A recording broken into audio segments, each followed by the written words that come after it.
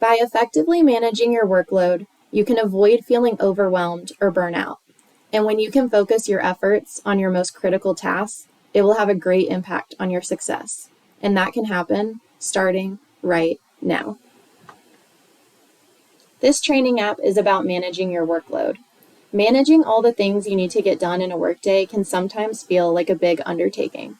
This video will be a guide for how to effectively organize and prioritize your responsibilities in order to increase productivity and avoid taking on too much. Let's take a look at where this would fall on the peak performance equation.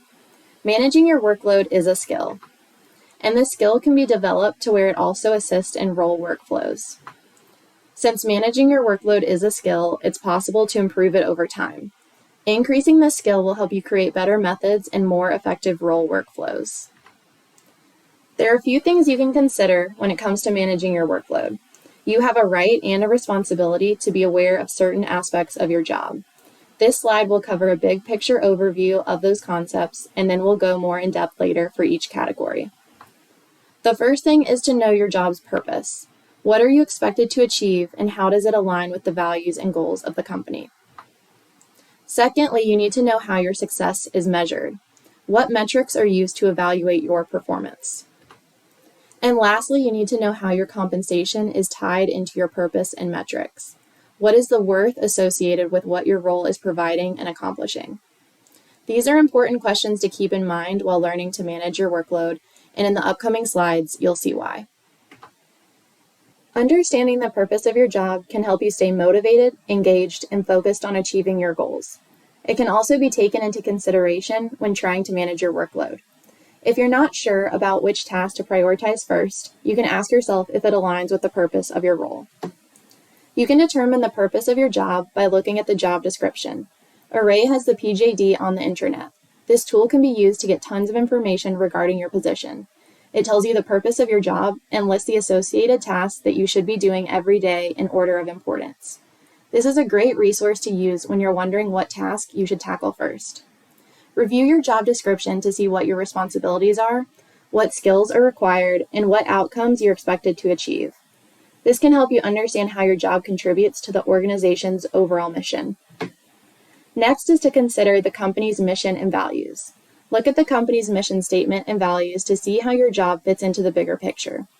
For example, if the company's mission is to provide excellent customer service, you can understand how your role in delivering quality work to customers is essential to achieving that goal. You should also take your own values into account. Consider your own values and goals and how your job aligns with them. If your job aligns with your values, you're more likely to feel a sense of purpose and fulfillment in your work. Another thing you can do is talk to your manager. Your manager can help you understand the purpose of your job and how it fits into the larger context of the organization. Ask questions and seek feedback to gain a better understanding of your role and its importance. Remember that the purpose of your job can evolve over time as you gain new skills and experiences. By understanding the purpose of your job, you can consider what your most important responsibilities are and use that to help manage your workload. If there are tasks that don't contribute as much to the core purpose of your role, then you can probably put it further down on your to-do list. The measurement of success at work and your compensation are closely connected to how you should manage your workload. This is because the metrics used to measure success often serve as a guide for prioritizing tasks and allocating resources. First, you need to determine how success is measured in your role. For example, if your success at work is measured by the number of projects you complete within a given time frame, you may need to manage your workload in a way that prioritizes completing projects efficiently. This may involve setting realistic deadlines, breaking down large projects into smaller tasks, and delegating tasks to others as needed. On the other hand, if your success at work is measured by the quality of your work, you may need to manage your workload in a way that allows you to focus on tasks that require a higher level of attention to detail. This may involve scheduling more time for individual tasks, limiting distractions, and seeking feedback and guidance from colleagues or supervisors. In addition, the measurement of success at work can also influence the level of stress and pressure you experience when managing your workload. If your success is measured solely by output or productivity, you may feel more pressure to work longer hours or take on more tasks, which can lead to burnout and reduced performance.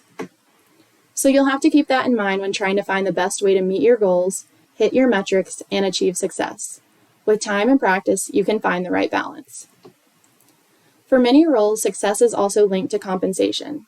So when setting boundaries with the work you do, consider what work will contribute to your success and compensation. You can do this by asking yourself which tasks are more closely tied to your compensation and use that as an element to think about when trying to manage your workload.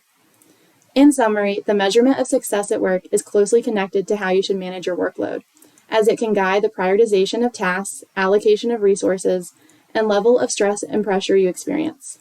Understanding how your success is measured can help you manage your workload in a way that maximizes your performance and well-being.